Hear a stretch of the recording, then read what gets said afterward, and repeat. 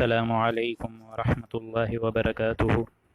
الحمد للہ نحمده ونستعینه ونستغفره ونؤمن به ونتوکل علیہ ونعوذ باللہ من شرور انفسنا ومن سیئات اعمالنا من يهده الله فلا مضل له ومن يضلله فلا هادي له ونشهد ان لا اله الا الله وحده لا شريك له ونشهد أن محمدا عبده ورسوله أما بعد أعوذ بالله من الشيطان الرجيم بسم الله الرحمن الرحيم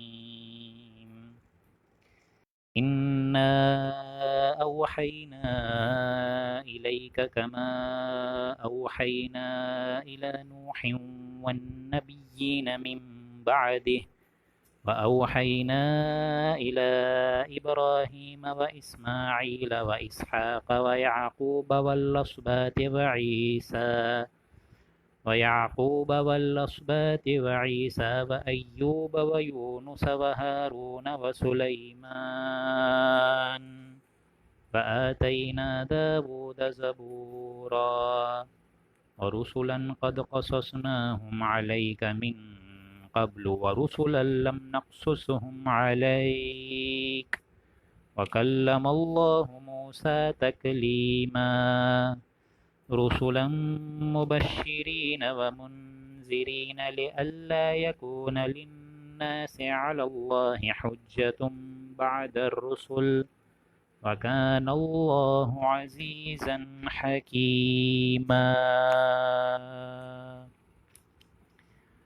رب اشرح لي صدري ويسر لي امري واحلل عقدة من لساني يفقهوا قولي اللهم انك عفو كريم تحب العفو فاعف عنا برحمتك يا عزيز يا غفار اللهم لا تدع لنا في مقامنا هذا ذنبا الا غفرته ولا كربا الا نفسته ولا ديما الا قضيته ولا مريضا الا شفيته ولا كربا الا نفسته ولا ميتا إلا رحمته برحمتك يا أرحم الراحمين آمین یا رب العالمین۔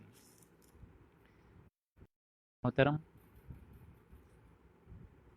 جس طرح آپ لوگ کے علم ہے کہ سورہ نساء کے اختتام پر ہیں، اور سورہ نساء جیسا کہ میں نے پہلے بھی ذکر فرمایا کہ 24 رکوعوں پر مشتمل یہ واضح صورت، جس میں کافی اہم مضامین آئے معاشرتی سطح پر، اور ایک تکرار چلی، بحث چلی مسلمانوں پر، یا ایھا المؤمنون یا ایھا الذین آمنوا، ایمان والوں پر ایک بحث چلی۔ اسی طریقے سے پھر بحث چلی منافقین کے طرز عمل پر، ان کی کیا کیا کوتاہیاں ہوئیں، کیا کیا حرکتیں ان کی ہوئیں۔ تو یہ سارا کا سارا معاملہ سمجھ لیجئے کہ اب جو ہے کنکلوژن کی طرف اب ہم لوگ جا رہے ہیں، اور جیسا کہ پہلے بھی گزر چکا ہے کہ ایمان والوں سے بھی بات ہو چکی ہے، اسی طریقے سے منافقوں کی بھی بات سمیٹی جا چکی ہے پچھلے رکوع مبارک میں۔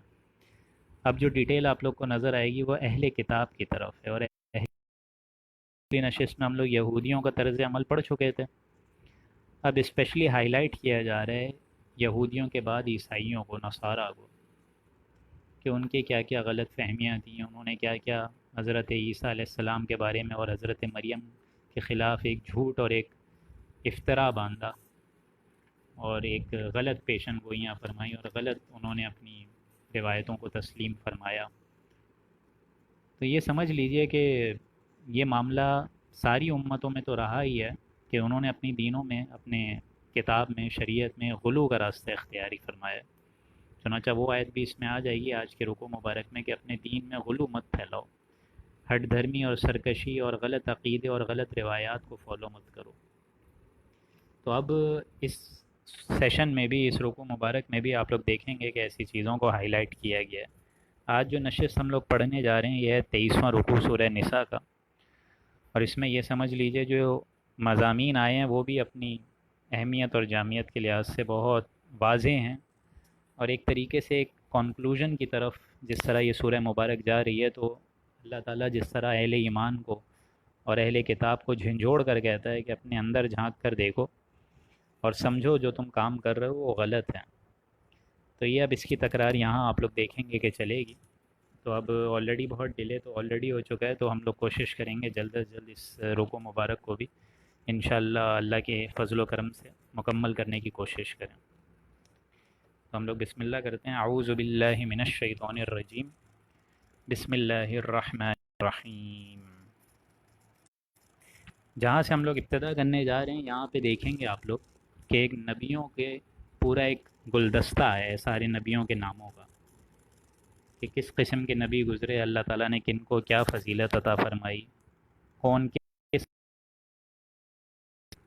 اور مرتبے میں سب سے آگے رہا، یہ سب ابھی ڈسکشن ہوگی یہاں پہ۔ اسی لیے فرمایا آیت نمبر 163 سے یہ مضمون اب اسٹارٹ ہو رہا ہے۔ انا اوحینا الیک کما اوحینا الی نوح والنبیین من بعدہ، کہ بے شک ہم نے، اللہ فرما رہا ہے کہ ہم نے آپ کے پاس وحی بھیجی جس طرح بھیجی جاتی ہے وحی، کما اوحینا الی نوح والنبیین من بعدہ، جیسے نبی ہم نے آپ سے پہلے بھی نبیوں پہ وحی بھیجی، جیسے کہ ہم نے بھیجی نوح علیہ السلام پہ، والنبیین من بعدہ، اور ان کے بعد بھی اور پیغمبروں کے پاس بھی ہم نے وحی بھیجی، یعنی یہ وحی کا سلسلہ تو کبھی رکا ہی نہیں۔ ہاں یہ بات اپنی جگہ ہے کہ یہ جو وحی کی تکمیل ہو چکی ہے، یہ قرآن مجید کی حیثیت اپنی جامعیت کے لحاظ سے بہت اہم ہے، کیونکہ میں آپ کو بتا چکا ہوں دین اسلام تو شروع سے لے کے آخر تک دین اسلام ہی رہا ہے۔ شریعتیں مختلف ہوئی ہیں کیونکہ لوگوں کی میچیورٹی کے لحاظ سے ان کو جو فلسفہ سمجھایا جا رہا تھا اور دین کے عقیدے سمجھائے جا رہے تھے وہ ہر ایک شریعت کے لحاظ سے الگ تھا، یعنی ذہناً ان کو آہستہ آہستہ اس طریقے سے اسلام کے دائرے میں لانے کا بہترین مرحلہ یہ گزرا کہ حضرت موسیٰ علیہ السلام کی شریعت الگ تھی، حضرت عیسیٰ کی الگ تھی، اسی طریقے سے حضرت داؤد کی الگ تھی، اب جا کے یہ شریعت اور یہ کتاب اور یہ دین کامل ہو گیا ہے پیغمبر آخری الزماں حضرت محمد مصطفیٰ صلی اللہ علیہ وآلہ وسلم کے آنے کے بعد۔ اس لیے فرمایا ہے کہ وحی تو کبھی نہیں رکی ہے، ہاں کچھ وحی کو ہم لوگوں نے پھر کتاب کا حصہ بنا دیا، جیسے تورات ہوئی، انجیل ہوئی، داؤد پر جو زبور نازل ہوئی حضرت داؤد علیہ السلام پر، اسی طریقے سے اب یہ پوری ہدایت کا جو سرچشمہ ہے یہ قرآن مجید ہے۔ تو ہم نے تو اے نبی آپ پر وحی بھیجی کما اوحینا، جس طرح ہم نے بھیجی الی نوح علیہ السلام پہ، والنبیین اور نبیوں پہ بھی من بعد، اس کے بعد، یعنی 1,24,000 پیغمبر جو ہم پڑھتے ہیں، نہ جانے اللہ تعالیٰ نے کیسی کیسی وحی خفی الگ ہوتی ہے، وحی جلی الگ ہے۔ وحی خفی وہ ہے جو کہ کتاب کا حصہ نہ بنے، چھپی بھی کوئی سرگوشی اللہ تعالیٰ کر دے، کوئی بات اللہ تعالیٰ اپنے پیغمبروں نبیوں کو بتا دے، جیسا کہ بتائی آپ لوگ کو یاد ہوگا سورہ بقرہ میں حضرت عزیر علیہ السلام کو اللہ تعالیٰ نے آگاہی دے دی تھی، حضرت ابراہیم علیہ السلام ان پر تو کوئی کتاب نازل نہیں ہوئی، لیکن ہمیں پتہ چلتا ہے ان کی سیرت سے بھی، ان کے واقعات سے، کہ اللہ نے قدم قدم پہ ان کی مدد فرمائی، جس طرح قربانی کا ایک واقعہ، پھر خواب دکھانا، یہ ساری چیزیں اللہ تعالیٰ وحی خفی کے لیے کر دیتا ہے، کر گزرتا ہے، اس کے ہاتھ کو کوئی روکنے والا نہیں ہوتا۔ تو انہوں نے، اللہ تعالیٰ کا یہ قانون رہا کہ انہوں نے وحی نازل فرمائی جیسا کہ پہلے لوگوں پر بھی نازل فرمائی۔ وَأَوْحَيْنَا إِلَىٰ إِبْرَاهِيمَ، اور ہم نے اسی طرح پیغمبر ابراہیم علیہ السلام پر بھی وحی نازل فرمائی، وَإِسْمَاعِيل، اور اسماعیل علیہ السلام پر بھی، وَإِسْحَاقَ، اور اسحاق علیہ السلام پر بھی، وَيَعْقُوبَ، اور یعقوب علیہ السلام پہ بھی، وَالْأَسْبَاطِ، اور اولاد یعقوب پر بھی، وَعِیسیٰ، اور عیسیٰ علیہ السلام پہ بھی، وَأَيُّوبَ، اور ایوب علیہ السلام پہ بھی، وَيُونُس، اور یونس علیہ السلام پہ بھی، وَهَارُونَ، اور ہارون علیہ السلام پہ بھی، وَسُلَيْمَانَ، اور سلیمان کے پاس بھی وحی بھیجی۔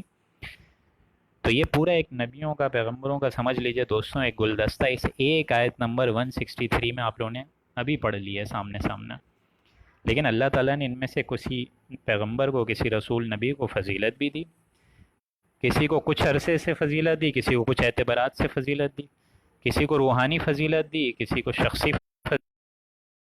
کتابوں کے ذریعے فضیلت دی، کسی کو کتابیں نہ دیں۔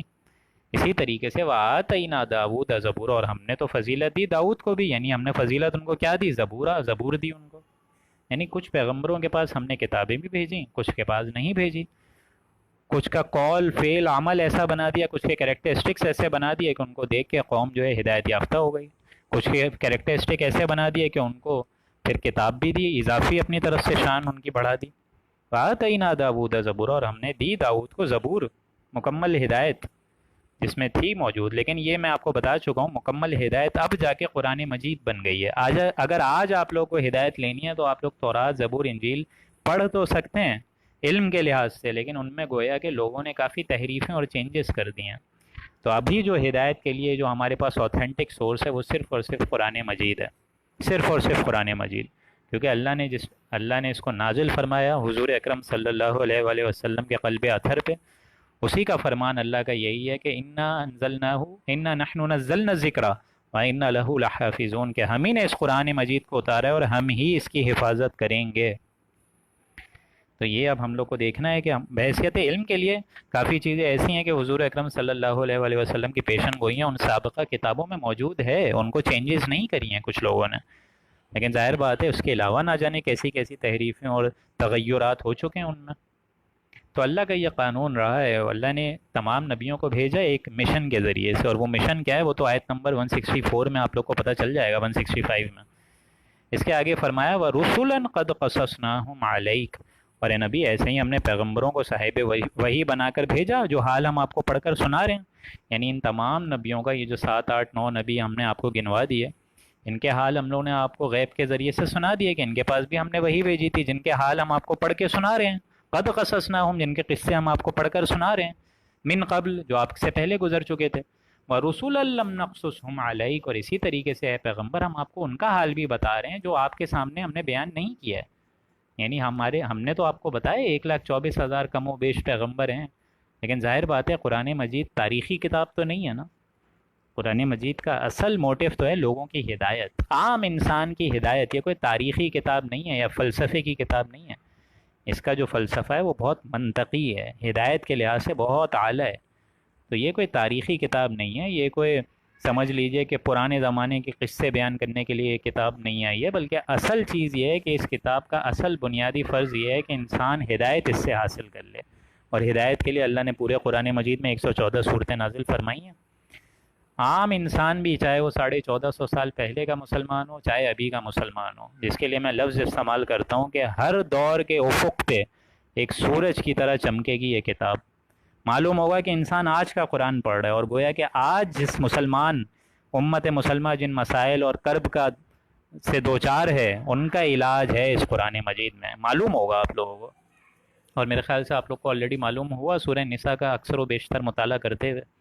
تو وَرُسُلًا قَدْ قَصَصْنَاهُمْ عَلَيْكَ، ابھی ہم نے آپ کو ان کا بھی حال پڑھ کر سنا دیا جو آپ سے پہلے گزرے، من قبل، وَرُسُلًا لَّمْ نَقْصُصْهُمْ عَلَيْكَ، اور ان کا حال ہم نے آپ کے سامنے بیان نہیں کیا جو آپ کے سامنے، مطلب آپ سے پچھلے جو پیغمبر گزر چکے ہیں ان میں سے میجورٹی کا بھی ہم نے آپ کو حال نہیں سنایا۔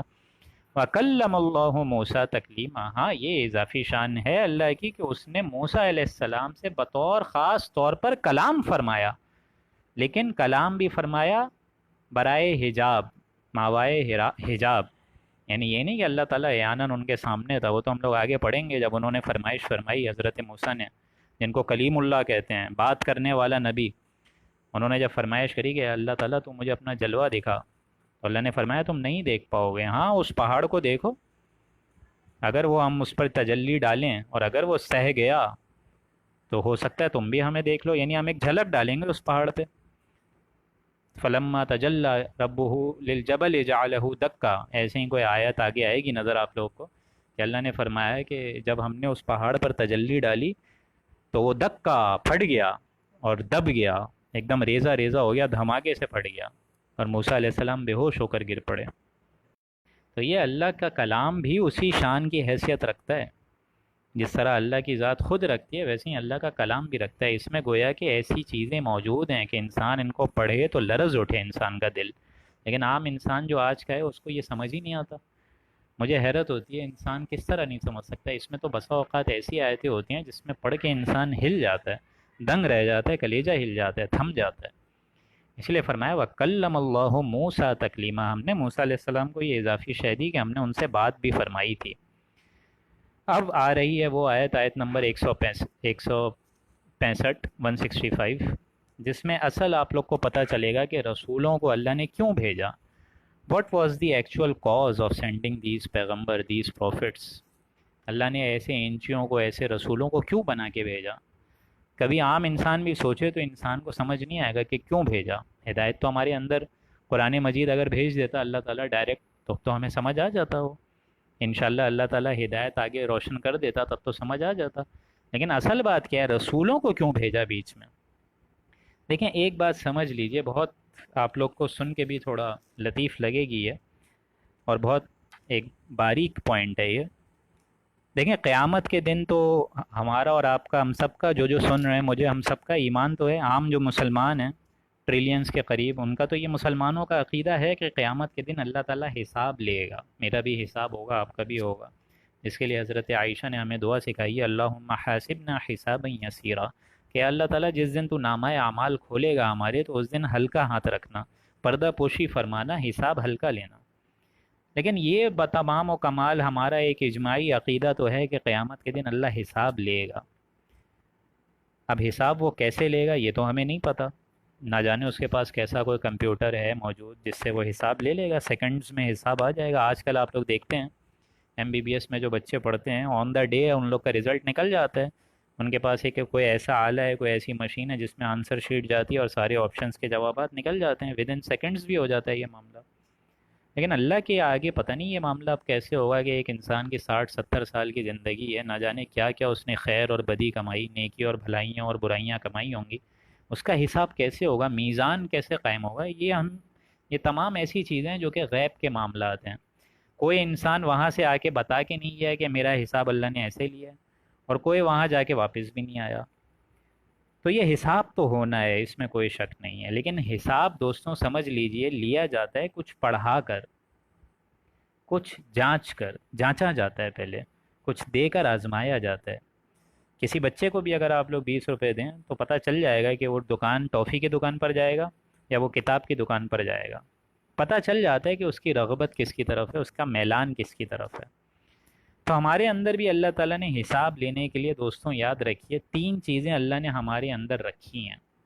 ابھی رسولوں کی بات نہیں کر رہا ہوں میں، اس کو سمجھیے گا، یہ بڑا لطیف نقطہ ہے۔ 3 چیزیں اللہ نے ہمارے اندر رکھی ہیں جس پہ اللہ تعالیٰ ہم سے رسولوں کو بھیجے بغیر بھی حساب لے سکتا ہے۔ 3 چیزیں اللہ نے ہمارے اندر ایسی رکھی ہیں جس پہ رسولوں کو بھیجے بغیر اللہ ہم سے حساب کتاب آسانی سے لے سکتا ہے۔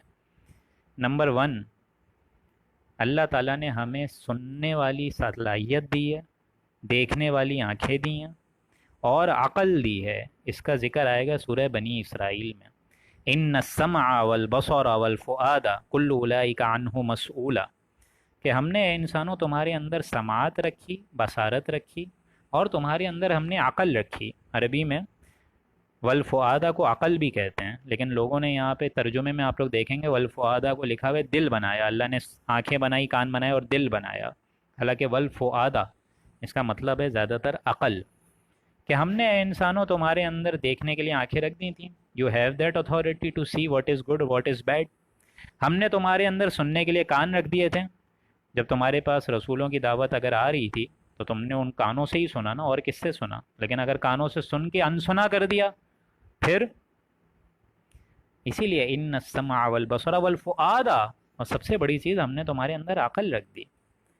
عقل تو ہے نا تمہارے اندر، لیکن یہ کیوں رکھی؟ کل اولئک عنہ مسئولا۔ ابھی دیکھیں میں رسولوں کی بات نہیں کر رہا ہوں، لیکن یہ عقل، یہ سماعت، یہ بصارت اس لیے رکھی کہ اللہ تعالیٰ ہم سے ان ساری چیزوں کا مسئولہ، ہم لوگ سارے مسئول ہیں اس کے، ہم لوگ کے لیے یہ سوال جواب کے طور پر آزمایا جائے گا ہم لوگوں کو ان کے ذریعے، کہ تم نے یہ بات کیسے سنی، یہ بات کیسے بولی، اس بات پہ تم نے کیا رد عمل ظاہر کرا، اس چیز کو تم نے ذہناً قبول کر لیا حالانکہ ہم نے تمہارے اندر عقل رکھی تھی۔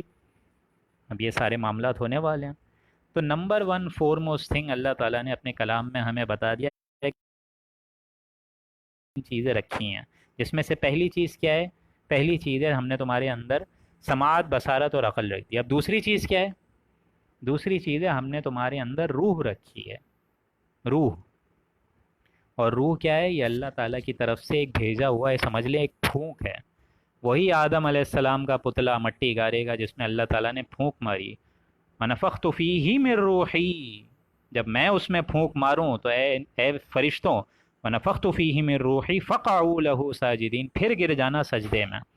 معلوم ہوتا ہے آدم کے پتلے کی، ہمارے حیوانی جسم کی، ہمارے یہ مٹی خاک کی جس کے اندر ہم لوگ ڈیفیکیشن اور یورینیشن کا سامان رکھ کے گھوم رہے ہیں، اس کی کوئی اوقات نہیں ہے، اس کی کوئی حیثیت نہیں ہے۔ اصل چیز تو وہ نور ربانی ہے جو ہمارے اندر ودیت کی ہوئی ہے اللہ نے۔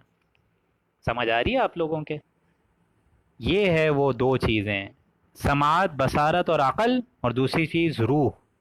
یعنی یہ روح کا وجود بھی اللہ ہی کی طرف سے، اور یہ روح ہی اللہ تعالیٰ ہم سے واپس لے لے گا اور ہم لوگ کو موت ہو جائے گی، اور پھر حساب کتاب کے دن ہم لوگ کے اندر دوبارہ یہ روح ڈالی جائے گی۔ تو یہ تو بعد سے بعد الموت کا نقشہ ہے، لیکن اصل دو چیزیں آپ کے سمجھ آ گئیں، سماعت بصارت عقل پہلی چیز، دوسری چیز روح ہمارے اندر اللہ نے ڈالی ہوئی ہے، اور تیسری چیز ہے نفس، نفس انسانی، فَأَلْهَمَهَا فُجُورَهَا وَتَقْوَاهَا، یہ آیت آپ لوگ پڑھیں گے آخری پارے میں، کہ اے انسانوں ہم نے تمہارے اندر یہ نفس کے اندر، ایک انسان کے اندر خیر اور شر کا ذاتی وجود ودیت کیا ہوا ہے۔ فَأَلْهَمَهَا فُجُورَهَا وَتَقْوَاهَا، انسان کو خود معلوم ہے کہ میں خیر کا عمل کر رہا ہوں یا برائی کا فعل کر رہا ہوں۔ آپ لوگ مجھے خود بتائیے، دل پہ ہاتھ رکھ کے، جب آپ لوگ کوئی خیر کرتے ہیں آپ لوگ کو دل سے خوشی ملتی ہے کہ نہیں ملتی؟ اور اگر آپ کے اندر ایمان ہے، اور اگر ایمان مرا نہیں ہے آپ لوگ کے اندر، تو اگر آپ کوئی گناہ کرتے ہوں گے تو لازماً آپ کو کوفت ہوتی ہوگی اپنے اندر سے، اگر ایمان سلامت ہے۔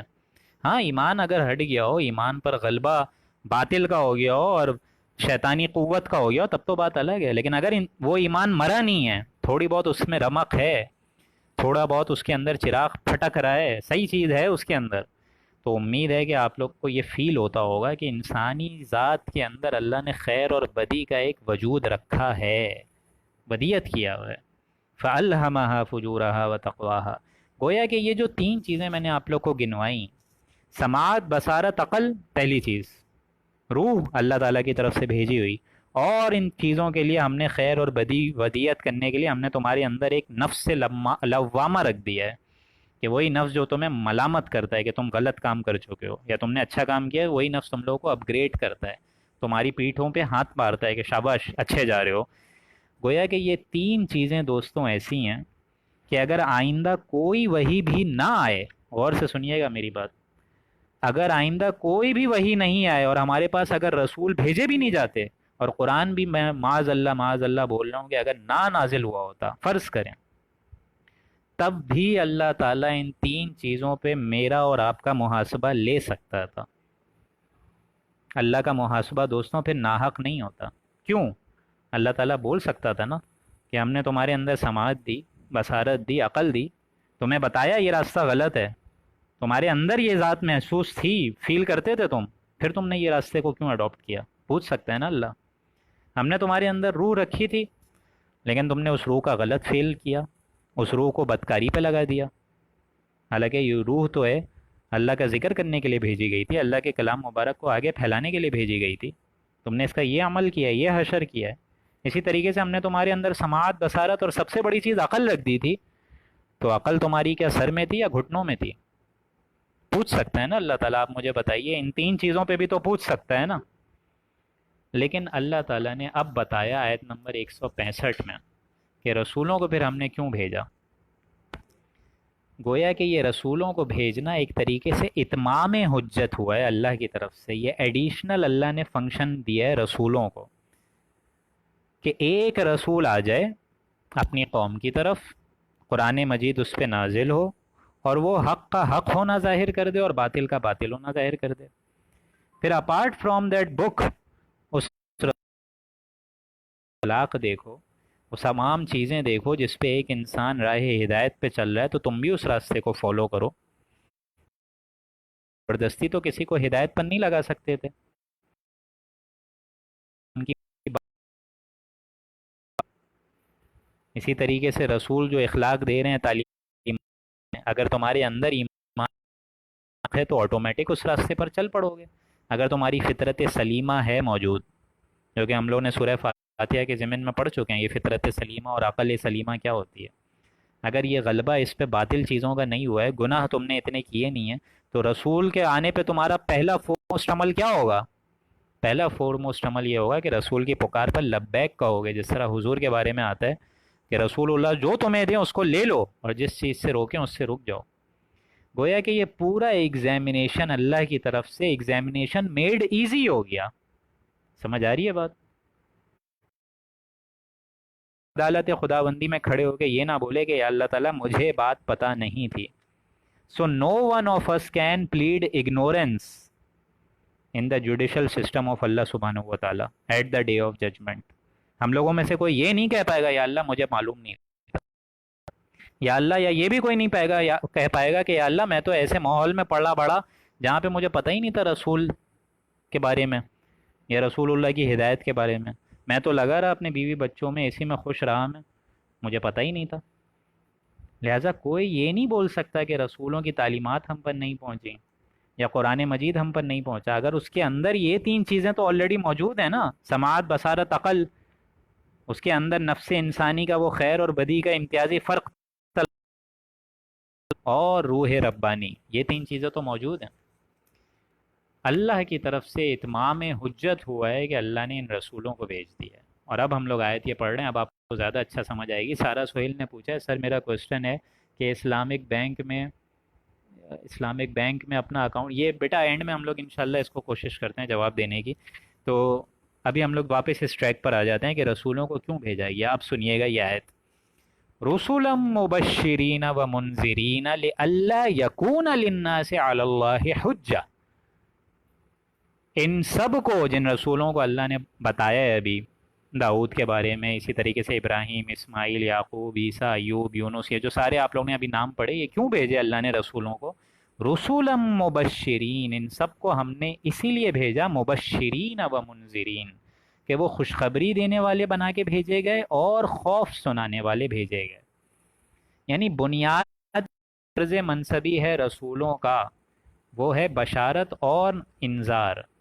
بشارت کن لوگوں کو؟ جن کے اندر فطرت سلیمہ اور اسلام کی تھوڑی بہت رمق موجود ہے، ایمان کی رمق، ایمان کا احساس موجود ہے، وہ جیسے ہی رسولوں کی پکار کو سنیں گے وہ لبیک کہیں گے، بسم اللہ کہیں گے۔ اور ایسے لوگوں کے لیے رسول جو ہیں وہ مبشر ہوتے ہیں، بشارت دیتے ہیں کہ مبارک ہو تم کو، تم جنت کے حصول کی طرف دوڑ رہے ہو تو تمہیں مبارک ہو جنت الفردوس کی۔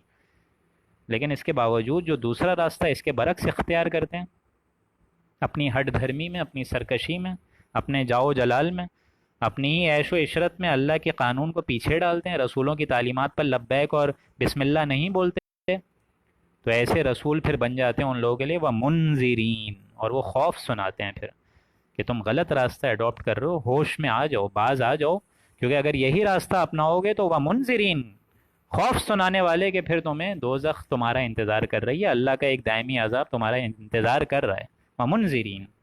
لیکن یہ اللہ تعالیٰ نے کیوں بھیجا؟ لِأَلَّا يَكُونَ لِلنَّاسِ عَلَى اللَّهِ حُجَّةٌ، تاکہ نہ رہے لوگوں کے پاس، لوگوں کے لیے، للناس، تاکہ نہ رہے لوگوں کے پاس یا لوگوں کے لیے کوئی حجت، علی اللہ حجہ، اللہ کے مقابلے میں کوئی حجت، بعد الرسل، رسولوں کے آ جانے کے بعد۔ یعنی لوگوں کے پاس اب کوئی بہانے پیش کرنے کا اللہ کی عدالت میں کھڑے ہو کے یہ نہیں بول سکے گا کوئی کہ اللہ مجھے معلوم ہی نہیں تھا۔ آپ خود سوچیں، کوئی انسان بول سکتا ہے کہ اللہ تعالیٰ مجھے معلوم ہی نہیں تھا کہ تو نے میرے اندر سننے اور بصارت اور عقل دی تھی، یا اللہ مجھے معلوم ہی نہیں تھا کہ میرے حیوانی وجود کے ساتھ ایک نفسانی وجود بھی ہے، روحانی وجود بھی ہے، یا اللہ مجھے پتہ ہی نہیں تھا کہ جب میں گناہ کر رہا تھا مجھے معلوم تھا کہ میں اللہ کی نافرمانی کر رہا ہوں؟ یہ کوئی نہیں بول سکتا۔ لیکن ان تمام چیزوں کی دوستوں انڈائریکٹلی حجت تمام ہوئی ہے، اتمام حجت ہوا ہے رسولوں کے آ جانے کے بعد، رسولا مبشرین و منذرین لئلا یکون للناس، تاکہ نہ رہے لوگوں کے پاس، لوگوں کے لیے، للناس، علی اللہ حجہ، اللہ کے مقابلے میں کوئی حجت، کوئی دلیل، بعد الرسل، رسولوں کے آ جانے کے بعد۔ یعنی no one can ignore, no one can plead ignorance, no one can plead ignorance at the day of judgment۔ کوئی یہ نہیں سکتا کہ اللہ مجھے معلوم نہیں تھا، سب کو سب معلوم تھا۔ اسی لیے بتایا مبشرین و منذرین، تاکہ خوشخبری دیتے ہیں ایسے رسول اور انذار سناتے ہیں، ڈراتے ہیں۔ اب یہ بات سمجھ لیجئے، یہ معاملہ تو تمام رسولوں کا آ گیا، تمام رسولوں کا اس ایک آیت میں معاملہ آ گیا کہ تمام رسولوں کو ہم نے بنیادی جو مطلب بنیادی حیثیت رکھی تمام رسولوں کی، وہ مبشر و نذیر، خوشخبری دینے والے اور ڈر سنانے والے بنا کر بھیجے گئے۔ لیکن محمد الرسول اللہ، جناب رسول اللہ کی اضافی شے ہے اس کے اوپر، اور وہ اضافی شے آپ لوگ پڑھیں گے آگے پاروں میں، لِيُظْهِرَهُ عَلَى الدِّينِ كُلِّهِ، تاکہ آپ ظاہر کر دیں پورے دین کو، تاکہ آپ قائم کر دیں پورے دین کو پورے روئے زمین پر۔ اب رسول اللہ کی 63 سال کی عمر مبارک میں پورے جزیرہ نمایاں عرب اور اس کے بھی اطراف کے علاقوں میں اسلام کا ڈنکا بجوا کے چلے گئے۔ البتہ ان کی بھی اگرچہ ابتدا میں بنیادی جو حیثیت تھی وہ یہی تھی مشن اسٹارٹ کرا وہ بھی بشارت و نذارت انذار بنا کے کرا نا.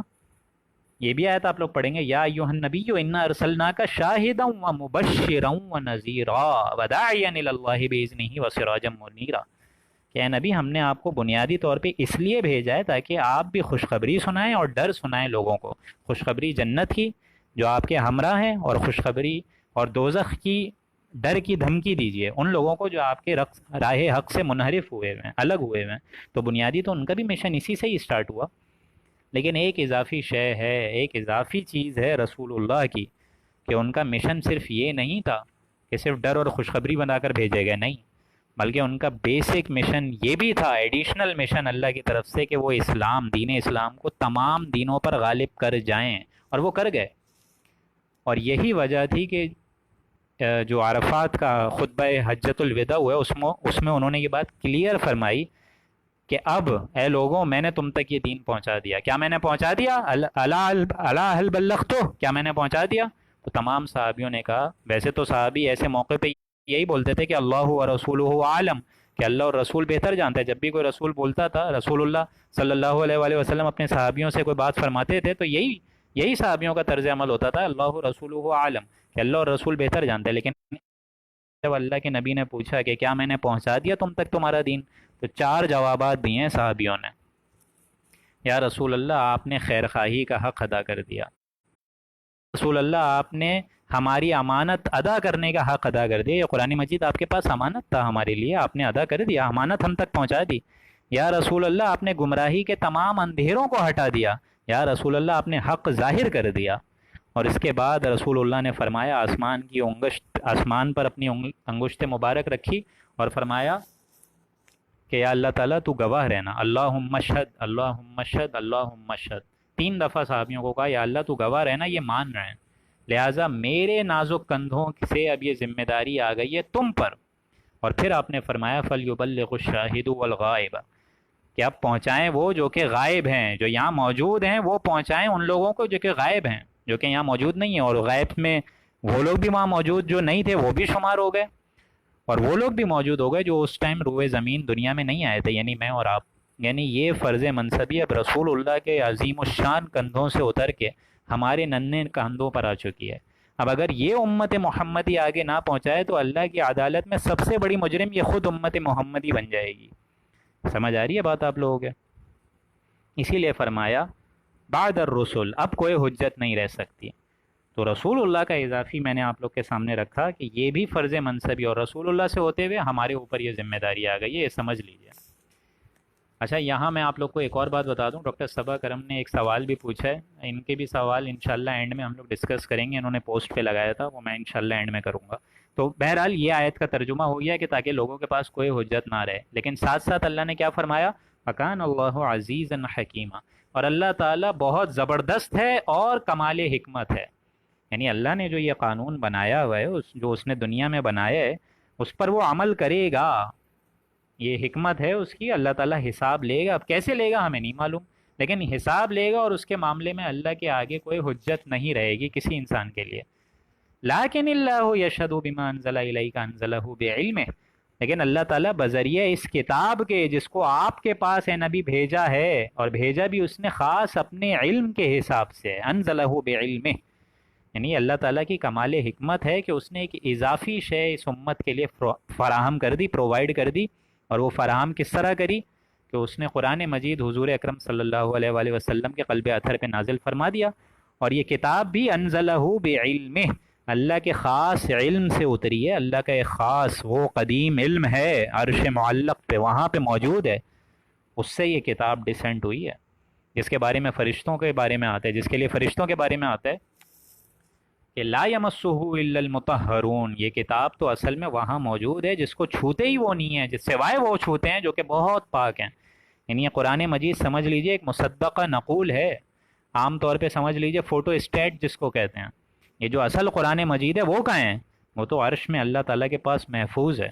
یہ بڑا ایک کمپلیکیٹڈ مضمون ہے, یہ سورہ واقعہ میں کھلے گا کہ اصل قرآن کہاں ہے. یہ بھی سمجھ لیجئے, آپ لوگ سن کے گھبرا نہیں جائیے گا کہ یہ جو ہم قرآن پڑھ رہے ہیں یہ کیا ہے. پھر ابھی اس ٹاپک کو نہ چھیڑا جائے تو اچھا ہے, ٹھیک ہے, آپ لوگ سوال بھی اس پہ نہیں کریے گا.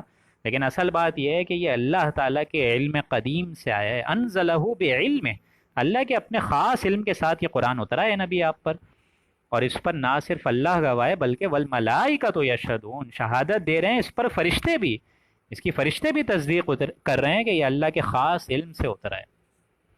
وکفا باللہ شہیدا، اور اللہ تعالیٰ ہی شہادت کے لیے، اصل شہادت تو اللہ کی کافی ہے، شہادت کے لیے سب سے بڑا کارساز اللہ ہی ہے، یعنی اللہ انڈائریکٹلی گواہ دے رہا ہے۔ جب اللہ گواہی دے رہا ہے کہ یہ میرے علم سے اترا ہے قرآن مجید، تو دوسرے لوگوں کی گواہی کیا کیا پھر وہ ہو جائے گا؟ جب اللہ گواہی دے رہا ہے وکفا باللہ شہیدا، اور اللہ تعالیٰ ہی شہادت کے لیے کافی ہو جائے گا۔ لیکن اس کے برعکس اب دیکھیں قرآن مجید سائملٹینیس کانٹراسٹ پیش کرتا ہے۔ ان الذین کفروا، جو لوگ منکر ہوئے، رسول اللہ کی واضح تعلیمات آ گئیں، قرآن مجید بھی آ گیا، سماعت بصارت عقل بھی اللہ تعالیٰ نے ان کو دے دی، روح ربانی بھی ان کو دے دی، اور ان تمام چیزوں کے بنیادی فرق نفس لوامہ وہ بھی رکھ دیا، اور ان تمام چیزوں کی اتمام حجت کے لیے ہم نے رسول اللہ کو بھیج دیا۔ لیکن اس کے باوجود ان الذین کفروا، جو لوگ منکر ہو گئے، کافر ہو گئے، وصدوا عن سبیل اللہ، اور اللہ تعالیٰ کے دین سے مانے ہوتے رہے، یعنی اللہ تعالیٰ کے دین سے روکتے رہے، خود بھی روکے رہے، دوسروں کو بھی روکتے رہے، قد ضلوا ضلالا بعیدا، بڑی دور کی گمراہی میں وہ جا پڑے ہیں، ان کو معلوم ہی نہیں ہے وہ اپنی قبر خود ہی کھود رہے ہیں۔ قد ضلوا ضلالا بعیدا، ضلالا بعیدا یعنی بہت دور کی گمراہی میں جا پڑے وہ۔ اسی لیے فرمایا آگے ان الذین کفروا، اور یہ سمجھ لیجئے کفروا کا مطلب یہ نہیں ہے کہ وہ مشرکین عرب کی طرف ہی ڈائریکشن ہو رہی ہے، کفروا کہتے ہیں ایمان کے مقابلے میں، ایمان کی اپوزٹ، یعنی یہ رسول اللہ نے واضح تعلیم آپ تک پہنچا دی، قرآن مجید نے سارے احکامات بتا دیے، اب اگر آپ اس چیز کا انکار کر رہے ہیں، اپنی ہٹ دھرمی میں اپنی عقل کو فہرست کر رہے ہیں، اپنی عقل کو اس سے بالا تر سمجھ رہے ہیں، اور اللہ کے کلام کو سمجھنے کو بھی توفیق نہیں ہے، تو سمجھ لیجئے یہ بھی ایک طریقے کا کفر ہی ہے دوستوں۔ بات اچھی نہیں لگے گی لیکن یہ بھی ایک طریقے کا کفر ہی ہے۔ اسی لیے حدیث میں یہ الفاظ آتے ہیں کہ جس نے قرآن مجید کی حرام کردہ شے کو اپنے لیے حلال کر دیا، اس پر قرآن مجید کا کوئی اعتبار اور کوئی یقین اور کوئی ایمان ہے ہی نہیں۔ ایمان نہ ہونا کفر کی علامت ہے۔ ان الذین کفروا، جنہوں نے کفر کیا، وظلموا، اور کفر کر کے ہمارا کیا بگاڑ لیا، وظلموا اپنا ہی ظلم کرا، لم یکن اللہ، اللہ تعالیٰ ان کو کبھی نہیں بخشے گا، لیغفر لہم، نہ ان کو معاف کرے گا، ولا لیہدیہم طریقا، اور سوائے جہنم کی رائے کے ان کو اور کوئی راستہ نہیں دکھائے گا، کوئی ہدایت کا راستہ ان کو دکھائے گا ہی نہیں، ولا لیہدیہم طریقا، یعنی ان کو کوئی راہ نہیں دکھلائے گا۔ اور کون سی پھر راہ دکھائے گا؟ الا طریق جہنم، اور راہ دکھائے گا بھی اگر تو صرف جہنم کی راہ دکھائے گا، یعنی تمہارے اندر خود رائے ہدایت کی طرف بڑھنے کی امنگ ہی نہیں تھی، تم خود ہدایت کا راستہ چاہتے ہی نہیں تھے، تم خود قرآن مجید کو سمجھنا ہی نہیں چاہتے تھے، تو ہم کیوں زبردستی تم کو ہدایت پہ لائیں؟ ہاں تم اپنا معاملہ اللہ سے پہلے درست کر لو، اپنے اندر جو بنیادی اللہ نے دین کے احکامات تم پر فرض کیے گئے ہیں اور دین کی جو ذمہ داریاں تم پر عائد کی گئی ہیں ان کو سمجھ لو۔ معمولی کیریئرز کو بھی تم آج کی دنیا میں سمجھنے کو تیار ہو، ان کے لیے اعلیٰ سے اعلیٰ پیش رفت کرنے کو تیار ہو، لیکن اللہ سبحانہ و تعالیٰ اور رسول اللہ نے جو بھاری ذمہ داری تم پر دی کہ اس دین کو آگے تک پہنچاؤ، and may the last one understands my words better than those who listen to me directly, جب یہ بولا انہوں نے تو تمہیں سمجھ نہیں آ رہی تھی پھر، تو آج ہم بھی تمہیں سیدھے راستے کی طرف گامزن نہیں کریں گے، الا طریق جہنم، سوائے یہ کہ جہنم کی راہ دکھا دیں گے، خالدین فیہا ابدا، اس پر وہ ہمیشہ ہمیشہ رہیں گے، ہمیشہ رہیں گے، وکان ذالک علی اللہ یسیرا، اور یہ اللہ تعالیٰ پر بہت ہلکی چیز ہے، یہ سزا بہت معمولی بات ہے۔ عام طور پہ ایسے بھی کوئی درویش انسان ہوتے ہیں جو یہ کہتے ہیں کہ اللہ تعالیٰ کیسے اپنی مخلوق کو جلائے گا، جھونکے گا، اللہ تعالیٰ تو اپنی محبوب ہستیوں سے، اپنی محبوب مخلوق سے، اپنے پیدا کردہ لوگوں سے جو اس نے اللہ تعالیٰ نے بنائے، مجھے اور آپ کو، وہ تو بہت محبت کرتا ہے، وہ کیسے اللہ تعالیٰ کا قانون، وہ تو بس چلو ڈرانے کے لیے یہ بات اللہ کہہ رہا ہے، تھوڑا جس طرح ماں بھی بولتی ہے کہ بچہ تیرا میں قیمہ بنا دوں گی، تو کیا وہ واقعی قیمہ بنا دیتی ہے؟ نہیں بناتی نا، تو یہ تو اللہ تعالیٰ ڈرا رہے ہے، یہ اللہ تعالیٰ اپنی مخلوق کو زبردستی جہنم میں نہیں ڈالے گا، کچھ لوگ ہیں ایسے کہنے والے، لیکن اللہ نے یہاں دیکھیں کیٹیگوریکل ڈینائل فرما ذالک علی اللہ یسیرا، انسانوں یہ نہ سمجھو کہ جہنم میں پوری امت کو نہیں جھونک سکتا، وکان ذالک علی اللہ یسیرا، اللہ تعالیٰ کے نزدیک یہ بڑی معمولی بات ہے، یہ نہ سمجھو کہ تم امت محمدی کا بھی ٹائٹل لے کے ایک دم بچ جاؤ گے، and you have the plate to say کہ بھائی میں تو امت محمدی ہوں and our salvation is guaranteed. نہیں. من یعمل سوءا یجزا بہ، یہ ہم لوگ پڑھ چکے ہیں آیت. جو کوئی جو عمل کرے گا اس کی جزا اس کو ملے گی. نیکی کی جزا اور بدی کی سزا مل کے رہے گی. اس میں اللہ نے کہیں نہیں لکھا ہوا کہ یہود بچ جائیں گے، امت محمدی بچ جائیں گے، نصارہ بچ جائیں گے، کہیں نہیں. اللہ کا قانون جو ہے وہ بہت، اللہ کی جو تلوار ہے وہ ایک دم میان سے نکلی ہوئی ہے اور قریب ہے کہ آپ کے پاس ہے، موجود ہے، آپ کے اوپر سروں پہ منڈلا رہی ہے وہ. تو اس کو سمجھیے کہ اللہ تعالیٰ یہ بہت آسان شے ہے، اس کے لیے کوئی مسائل کی بات نہیں ہے. آگے فرمایا یا ایھا الناس قد جاءکم الرسول بالحق من ربکم، اے انسانوں. مجھے اور آپ کو دیکھیں اللہ تعالیٰ خطاب کر کے فرما رہے، اور اس پہ میں نے اپنی آواز سے بھی زور لگانے کی کوشش کری ہے کہ اے انسانوں. جب کبھی قرآن مجید میں دوستوں یاد رکھیے گا یا ایھا الناس کا لفظ آئے نا تو 2 منٹ کے لیے ہل جائے کریں کہ اللہ تعالیٰ مجھے اور آپ سے خطاب کر رہا ہے. یا ایھا الذین آمنو، ایمان تو ہمارے اندر، خیر میں تو نہیں سمجھتا ہمارے اندر ایمان ہے، ایمان تو وہ بہت بلند شے ہے. اللہ تعالیٰ سے دعا ہے کہ اللہ تعالیٰ مجھے اور آپ کے اندر ایمان لے کر آ جائے. وہ جنس نہیں ایمان جسے لے آئیں دکان فلسفہ سے، ڈھونڈنے سے یہ ملے گی قرآن قاری کو اس کی قرآن کے سپاروں سے، تو وہ تو قرآن سے ہی ملے گا. عام طور پہ تو ہم لوگ ساری دنیاوی چیزیں بھی منڈلا رہے ہیں اور سب چیزیں کر رہے ہیں، لیکن ایمان کی فکر ہم میں نہیں ہے. لیکن یہاں جب بھی دوستوں فرق سمجھ لیجئے کہ جب ناس کا لفظ آئے گا نا لوگوں، تو 2 منٹ کے لیے اپنے حواس ہلا دیا کریں کہ اللہ تعالیٰ ڈائریکٹ ایسا لگ رہا ہے کہ مجھے اور آپ کو کندھے پکڑ کے ہلا کے فرما رہے. کیا فرما رہے سنیے. قد جاءکم الرسول بالحق من ربکم، تمہارے پاس یہ رسول اللہ سچی بات لے کر تمہارے پروردگار کی طرف سے آ گئے ہیں. من ربکم، تمہارے پروردگار کی طرف سے حق بات لے کر آ گئے ہیں. اور وہ حق بات کیا ہے کہ اس قرآن مجید پہ اب تمہارا ایمان آ جانا چاہیے. جو قرآن مجید میں حرام چیزیں ان سے بچ جانا چاہیے تم کو، اور جو حلال چیزیں ان کو اڈاپٹ کر لینا چاہیے. جو دین کی فرض منصبی اور عائد کی کردہ ذمہ داریاں تم پہ ہیں ان کو پھیلاؤ، دین اسلام کو پریویل کرو. دین اسلام کو پریویل کرنے میں اگر تمہارا خون کا آخری قطرہ بھی لگ جائے تو کوئی مسئلے کی بات نہیں ہے. Even the last drop of your blood should be subserved in this religion. تمہارا تو خون کا آخری قطرے کا ایک تقاضا یہی ہے کہ تم اس دین کو آگے پھیلاؤ. تم کن کاموں میں لگ گئے؟ تم کن ڈاکٹری، انجینئرنگ، بی ایس اور میڈیسن سائنسز میں لگ گئے. ٹھیک ہے تم نے دنیاوی میں انسانوں کو بچایا، انسان کی بیماری کو رفع حاجات کرا، ان کو تکالیف سے آزاد کرا، ٹھیک ہے بڑی اچھی بات ہے، کوئی مسئلے کی بات نہیں ہے. لیکن انسانوں کو تم نے جہنم کی عذاب الہی سے آزاد کرنے کی کوشش کری. You became the doctor of body. Did you ever became or even concentrate on the doctrine of soul? روح کی طرف تم نے توجہ دی انسانوں کی؟ تم نے انسانوں کے اندر وہ یک رنگی خیال پیدا کرنے کی ایک کوشش کری؟ تم نے انسانوں کے اندر جہنم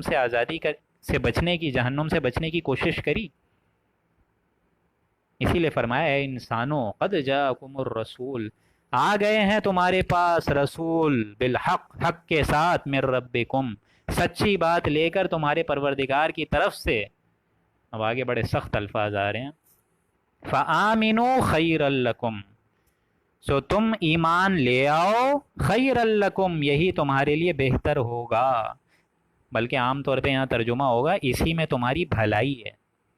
فآمنوا خیر لکم، ایمان لے آؤ اسی میں تمہاری بھلائی ہے. وَإِن تَكْفُرُوا، اور اگر تم کفر کرو گے تو اللہ کا کیا بگاڑو گے؟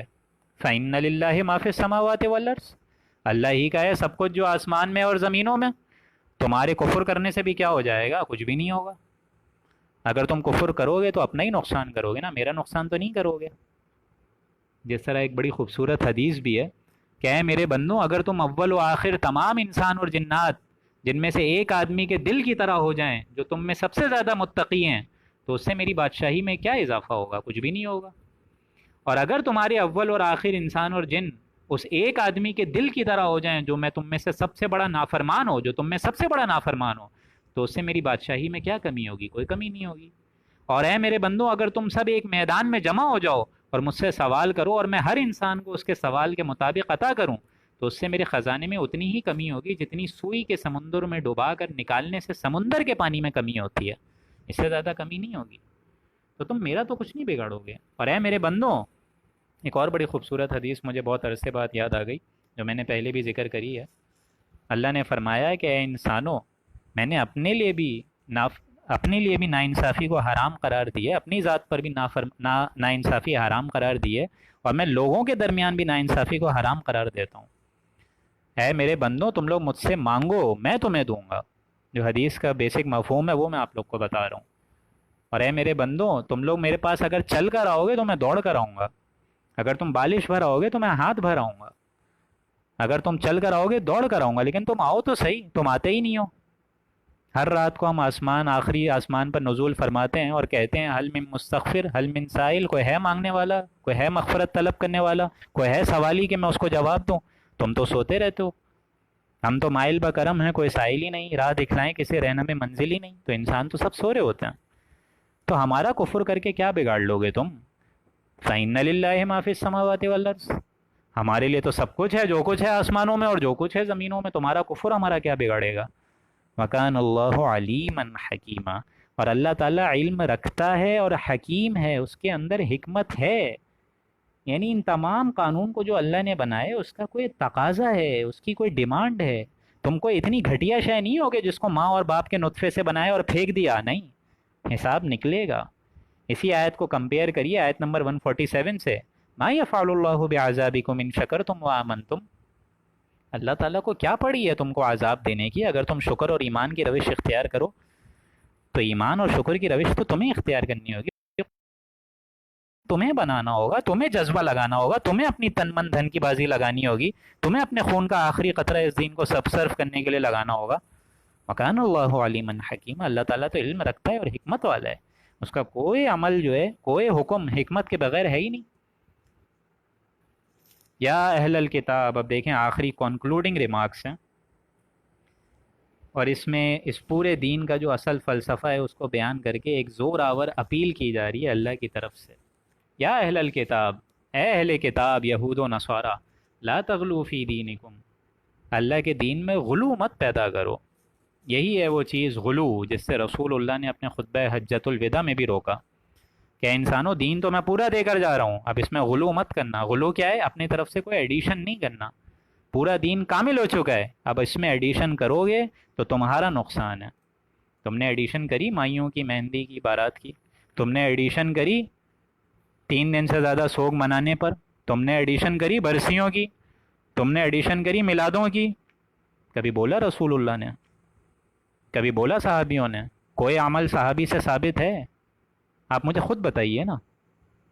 اور اگر یقیناً کوئی عمل صحابی سے ثابت نہیں ہے تو وہ ضرور باہر سے آنے والی چیز ہے، چاہے وہ آپ کا جہیزی ہو، چاہے وہ آپ کی بارات کے فنکشن ہی ہو، چاہے آپ کے یہ دولت کے لشکر اور دولت کے جو انبار لٹانے ہو، یہ بھی ہو، کچھ بھی ہو، ایسا کوئی عمل، حالانکہ حضور کی حدیث موجود ہے کہ سب سے بہترین نکاح وہ ہے جس میں کم خرچ ہو۔ آپ دیکھ لیجئے، جس میں کم خرچ ہوگا اس کو میں بھلائی خود ہوگی، آپ دیکھ لیجئے، فیکٹ ہے یہ۔ اور جس میں ایک دم پیسوں کی وہ ہو رہی ہو، ہیرا پھیری ہو رہی ہو اور پیسے بہائے جا رہے ہوں، اس میں کوئی خیر نہیں رہتی، پھر اس میں الٹا فسادات ہوتے ہیں۔ اس میں نوکر جو ہے مالک کا گلا کاٹتا ہے کہ میرے یہاں میری بچی جو ہے بوڑھی ہو رہی ہے اور میرا مالک جو ہے وہ کروڑوں کی شادیاں کر رہا ہے، یہ حسرتیں پیدا ہوتی ہیں پھر۔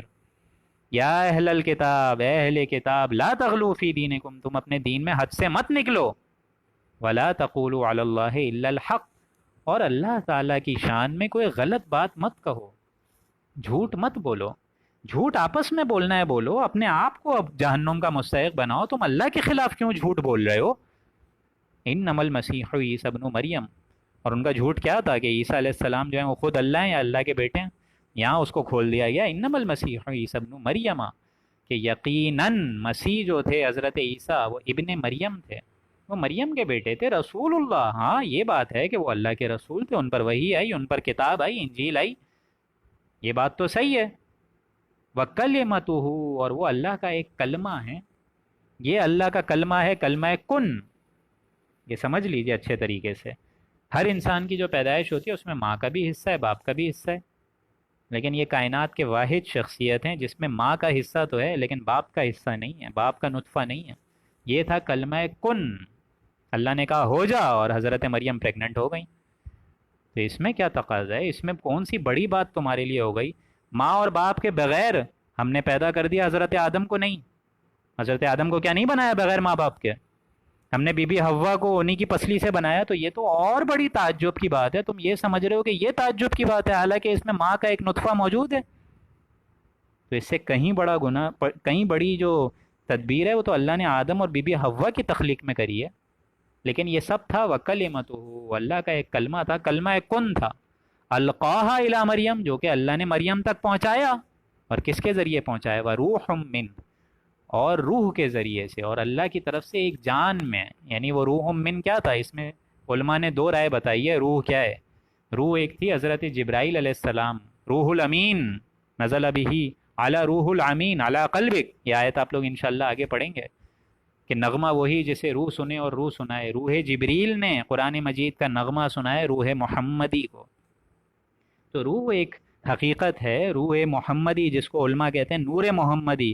جس طرح روح پیدا ہوتی ہے اللہ کی طرف سے، اللہ کا ایک کلمہ ہے، یہ بھی کہتے ہیں کہ روح جو ہے اللہ کی طرف سے ہے. کچھ علماء کا قول یہ ہے کہ روح سے مراد اللہ تعالیٰ اپنی طرف اس کو ڈائریکٹ کر کے کہہ رہا ہے کہ یہ بھی ہماری طرف سے ایک روح تھی، ہماری طرف سے ایک پھونکی ہوئی ایک چیز تھی، جس طرح ہم نے پھونک ماری تھی آدم میں. اور کچھ لوگ کہتے ہیں حضرت جبریل علیہ السلام وہ کلمہ اور روح کو لے کر آئے اور انہوں نے پھونک ماری حضرت مریم کے رحم مادر میں، مطلب حضرت مریم کے وجود میں. تو اس سے وہ رحم مادر میں وہ ایک نطفہ کریٹ ہو گیا. کیونکہ اسی طریقے سے جنات جو ہیں وہ ناری ہیں، وہ آگ سے پیدا ہوئے ہیں، انسان مٹی سے پیدا ہوئے ہیں. تو وہ ناری مخلوق ہیں جنات، اور یہ سارے فرشتے جو ہیں، اور روح محمدی، نور محمدی، اور اسی طریقے سے نوری وجود ہیں. وہ ایک چمک ہے، نور ہے، لائٹ ہے. تو روح من، وہ اللہ تعالیٰ کی طرف سے ایک جان. باللہ و رسول، ایمان لاؤ اللہ پر اور رسولوں پر. یہ تمہارے حق میں بہتر ہے. اہل کتاب ہے یہود و نصارہ، ان کو ڈائریکٹ کر کے اللہ بتا رہے تم ایمان لے آؤ اللہ پر اور رسولوں پہ. کہاں بولا حضرت عیسیٰ نے؟ وہ بھی تو رسول تھے. کہاں بولا انہوں نے کہ میری عبادت کرو یا میں اللہ کا بندہ ہوں، اللہ کا بیٹا ہوں؟ کہاں بولا؟ وہ تو اللہ کے بندے تھے. وہ نہ اللہ تھے نہ اللہ کے بیٹے تھے، بلکہ وہ تو مریم کے بیٹے تھے. ہاں ان کی پیدائش معجزانہ تھی. اور ساتھ ساتھ وَلَا تَقُولُوا ثَلَاثَةٌ، اور یوں مت کہو کہ اللہ تعالیٰ تین میں سے ایک ہے یا تین ہے. یعنی سلیس مت کہو. سلیس کہتے ہیں ثلاثہ، مطلب یہ ٹرینٹی کا کانسیپٹ ہے، جو کہ بات واضح ہوگی سورہ مائدہ میں کہ ایک اللہ ہے. اللہ ہی اوتار بنا کر حضرت عیسیٰ بن گیا معاذ اللہ ان کے قول کے مطابق. اور حضرت مریم جو ہیں ان کے بیٹے حضرت عیسیٰ نہیں ہیں بلکہ اللہ کے بیٹے ہیں. تو یہ اللہ، عیسیٰ اور مریم، ان کا پورا کانسیپٹ سمجھ لیجئے انہوں نے مکس کر دیا اور اس کو ثلاثہ بنا دیا کہ اللہ تعالیٰ تین میں سے ایک ہے. اور وہ تین میں سے ایک حضرت عیسیٰ ہی خود اللہ ہے، معاذ اللہ ثم معاذ اللہ. تو یہ بہت غلط بات ان کا ایک عقیدہ ہے جو کہ اللہ تعالیٰ کی طرف وہ گڑھتے ہیں.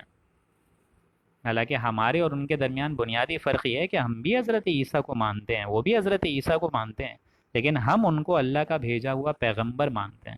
وہ ڈائریکٹ اللہ کا بھیجا ہوا پیغمبر نہیں مانتے بلکہ اللہ کا بیٹا مانتے ہیں. اور ان کے کچھ عقیدے یہ بھی ہیں کہ وہ خود ہی معاذ اللہ اللہ ہیں. ایسا نہیں ہے. انتہو خیر لکم، اللہ تعالیٰ فرما رہا ہے باز آ جاؤ، اسی میں بہتر ہے یا اسی میں تمہاری خیریت ہے. انما اللہ الہ واحد، حقیقت بات یہ ہے کہ اللہ ہی واحد معبود برحق ہے. اس کے علاوہ کوئی معبود نہیں ہے، اس کے علاوہ کوئی تمہارا پشت پناہ نہیں ہے، کوئی تمہارا دوست نہیں ہے. دنیا میں تمہاری زندگی میں دوستیاں ہوں گی لیکن وہ کام نہیں آتی. دنیا میں تمہاری اولاد بھی کام نہیں آتی. انسان اولاد اس لیے تقاضا کرتا ہے، اولاد کی ڈیمانڈ اور دعا اس لیے کرتا ہے کہ اس کا وجود، انسان دوام چاہتا ہے. میں اور آپ دوام چاہتے ہیں دوستوں، یہ سمجھیے. ہم تو چلے جائیں گے لیکن ہماری اولاد سے ہمارا سلسلہ بڑھتا رہے گا، بڑھتا رہے گا. پوتے پوتیوں، نواسیوں سے، بیٹوں سے، بیٹیوں سے ہمارے رشتے بڑھتے رہیں گے. ہماری ایک یاد رہے گی. انسان خود جانتا ہے کہ اس کو مرنا ہے، لیکن اللہ تعالیٰ کو تو مرنا ہے ہی نہیں. الحی القیوم، وہ ہمیشہ سے زندہ ہے اور ہمیشہ سے قائم ہے اور رہے گا اور ہمیشہ زندہ رہے گا. اس پر موت نہیں آ سکتی. تو اس کو کیا ضرورت ہے بیٹے بیٹیوں کی؟ ہاں تمہیں ضرورت ہے بیٹے بیٹیوں کی، تمہاری احتیاجیں ہیں، تمہاری ڈیمانڈز ہیں، تمہاری ان سے کوئی امیدیں ہیں. اللہ تعالیٰ کو تو کوئی امید نہیں ہے ایسے لوگوں سے. اللہ تعالیٰ خود واحد ہے. انما اللہ الہ واحد سبحانہ، اللہ پاک ہے ان تمام چیزوں سے جو جن کو شریک تم ٹھہراتے ہو، ان سے وہ پاک ہے، اعلیٰ ہے، عرفہ ہے، منزہ ہے. ان یکون لہ ولد، اور صاحب اولاد ہونے سے بھی وہ منزہ ہے، اس کا کوئی بیٹا بیٹی نہیں ہے، اس کی پوری وجود میں کوئی اس کا شریک حیات نہیں ہے۔ لہو ما فی السماوات و ما فی الارض، جو کچھ ہے آسمانوں میں اور جو کچھ ہے زمینوں میں سب اسی کا ہے، سب اسی کی ملکیت میں ہے، اس کے بغیر ایک پتا بھی نہیں ہل سکتا اس کے حکم کے بغیر۔ وکفا باللہ وکیلا، اور اللہ تعالیٰ کارساز ہونے کے لحاظ سے کافی ہے، وہ مکمل کافی ہے کارساز ہونے کے لحاظ سے۔ لہٰذا اپنا دوست اسی کو سمجھو، اپنا پشت پناہ اسی کو مانو، اپنا حمایتی اسی کو سمجھو، کسی غیر مسلم کو مت سمجھو، ایون اپنے آپ میں اپنے اہل و عیال کو بھی مت سمجھو، اپنے ماں باپ اولاد کو بھی نہیں سمجھو کہ وہ تمہارے لیے کافی ہو جائیں گے، بلکہ امیدیں اس سے رکھو جو کہ تمہارا حامی و مددگار اصل میں ہے۔ وکفا باللہ وکیلا، اور اللہ کارساز ہونے کے لحاظ سے کافی ہے، ہو جائے گا۔ لہٰذا اپنی تمام امیدوں کو توڑ کے صرف اللہ سے امیدیں قلیل کم ہوتی ہیں، ان کے اس رکو مبارک سے ہمیں یہ بات سمجھ میں آئی، especially at the end of this رکو، کہ اللہ تعالیٰ کے علاوہ میرا اور آپ کا کوئی مددگار، بچانے والا، عذاب الہی سے بچانے والا ذات کے علاوہ اور کوئی نہیں بچا سکتا، تو صرف اور صرف اسی سے امیدیں رکھیے۔ یہاں ہم لوگ کا الحمدللہ سیکنڈ لاسٹ رکو آف دس سورہ مبارکہ اختتام پر پہنچ چکا ہے، اور کچھ لوگوں نے اسپیشلی ڈاکٹر صبا کرم نے کچھ سوال پوچھا تھا، تو میرے خیال سے وہ سوال میں آپ لوگ کے سامنے بتا دیتا ہوں۔ ان کا سوال بیسیکلی یہ تھا کہ ایک منٹ میں نے شاید ریکارڈ بھی کرا ہے۔ جی السلام علیکم سر، آپ نے ہر سیشن میں یہ کہتے ہیں کہ مرنے سے پہلے اللہ کی طرف آ جائیں، اس کے دین میں اپنا 100% ڈالیں، تو میرا کوشچن ہے کہ ہم اپنی اصلاح کہاں سے اسٹارٹ کریں؟ 5 دفعہ دن میں ہم نمازیں تو 5 دفعہ دن میں نمازیں پڑھنے سے اسٹارٹ کریں، ٹی وی نہ دیکھنے سے اسٹارٹ کریں، سانگز نہ سننے سے اسٹارٹ کریں، یا اخلاقی برائیوں سے چھوڑنے سے؟ اگر ہم کچھ بھی کرتے ہیں تو ہمارے گھر والے کہتے ہیں بس ہو گئے مولانا 2-3 سیشن سن کر، I want permanent change, I want to struggle, I want to go back to اللہ سبحانہ و تعالیٰ۔ بہت اچھا آپ کا سوال ہے، اس میں تو کوئی شک ہی نہیں ہے کہ جب انسان حق، تو اس کے اندر سے اس کی ایک فورس ہوتی ہے اس کو حق کے راستے سے ہٹانے کے لیے، اور نہ صرف اندر کی فورس ہوتی ہے جس کو شیطانی ایک وہ کہتے ہیں غلبہ، بلکہ ایک بیرونی فورس بھی ہوتی ہے جو کہ اس کے ارد گرد کا ماحول ہوتا ہے۔ آپ کو اتنا ایکسٹریمسٹ ہونے کی ضرورت نہیں ہے، اور کوئی جنگ اور جدال کرنے کی ضرورت نہیں ہے، کوئی دینے کی ضرورت نہیں ہے کہ جس میں آپ کو والدین کو لگے کہ یہ ایکسٹریمزم کی طرف چلا، یہ نہیں۔ میں آپ کو قرآن مجید کے یہ حوالے سے یہ بات سمجھا دیتا ہوں۔ حضرت ابراہیم علیہ السلام کے باپ جو تھے وہ مشرک تھے، آخر ابا جان بولتے تھے کہ یا ابا جان جائیے میری بات، یہ بت پرست آپ کو کوئی کام نہیں دیں گے، یہ جو دیوی دیوتا ہیں کوئی کام نہیں دیں گے، لیکن وہ انہوں نے نہیں چھوڑا اس راستے کو۔ لیکن حضرت ابراہیم کے کریکٹر سے، روح سے یہ ثابت نہیں ہے کہ حضرت ابراہیم جو ہے، کوشش کریں اپنے گھر والوں کو پہلے اسلامی ماحول بنائیے، ان کو دین کی طرف لائیے۔ اب آپ خود سوچیں نا، اگر کوئی شخص دین کی طرف ہے ہی نہیں، جس نے کیک کبھی کھایا ہی نہیں ہو، اس کو کیک کی مٹھاس کا کیسے پتہ چلے گا؟ جس نے شوگر کبھی چکھی نہیں ہوگی وہ تو سمجھے گا کہ شوگر جو ہے وہ کڑوی ہے۔ تو کوشش یہی کریں پہلے، نہ صرف خود بلکہ اپنے ارد گرد اپنے اطراف کے ماحول کو بھی دین سے وابستہ۔ حضور اکرم صلی اللہ علیہ وآلہ وسلم نے بھی جو اپنا فرض منصبی ادا کیا ہے، وہ یہ نہیں کیا کہ پہلے دن ہی مدینے میں جا کے بیٹھ گئے ہوں، نہیں، بلکہ مکے سے کیا۔ تو دا چیریٹی بگنز ایٹ ہوم، گھر سے چینج لائیے۔ اور جتنے آپ نے یہ باتیں بتائی ہیں کہ ہم کس طرح اسٹارٹ کریں نمازیں ادا کرنے سے یا پھر ٹی وی چھوڑنے سے، یہ بات تو آپ کی ایک دم درست ہے کہ جتنی آپ نے یہاں پہ باتیں بتائیں وہ خلاف سنت ہے، کہ ٹی وی دیکھنا اور مطلب گانے سننا، مطلب یہ ساری چیزیں وہ ہیں جو کہ شیطانی ایجنٹس کو موقع دیتی ہے، پرووک کرتی ہے کہ انسان دین کے راستے میں نہ لگے، وہ انہی چیزوں میں مس رکھو ذکر و فکر صبح گاہی میں اسے، پختہ تر کر دو مزاج خانقاہی میں اسے۔ تو لوگ تو یہی چاہتے ہیں، تو کوشش کریں ان کے راستوں۔ سب سے بہترین چیز کیا ہے؟ قرآن مجید ہے۔ ایک بار میں نے آپ کو بتایا نا کہ قرآن مجید آپ کو دوستوں پزیس کر لے گا، اپنے اندر گھیر لے گا۔ کشش ایسی ہے نا، یقین کریں اس دوستوں اس قرآن مجید میں، کہ اگر اس نے آپ کو گھیر لیا نا، تو آپ کو باخدا میں بتا رہا ہوں کہ کسی کام میں اور مزہ نہیں۔ یقین کریں، میں اپنی اگزامپل آپ کو دیتا ہوں کہ میں الحمدللہ بہت اب یہ اپنی بات ظاہر کرنا ہو جائے گی، لیکن بہت عرصے سے الحمدللہ اس قرآن مجید سے وابستگی ہے، اللہ نے رکھی ہوئی ہے. تو میں ہر بار یہی نوٹ کرتا ہوں کہ ایک کے بعد ایک دروازہ کھلتا رہتا ہے، ایک کے بعد ایک دروازہ کھلتا رہتا ہے. اور یہی حال آپ سب کا ہوگا، ڈاکٹر سائمہ، ڈاکٹر بشرا، ڈاکٹر صبا، یہ سب پرانے لسنرز ہیں. تو میں امید کرتا ہوں آپ کے لیے بھی یہ ہدایت کے راستے اللہ تعالیٰ ایسا ایسا کھول رہا ہوگا. اور اگر نہیں ہوئی یہ راستے کھل رہے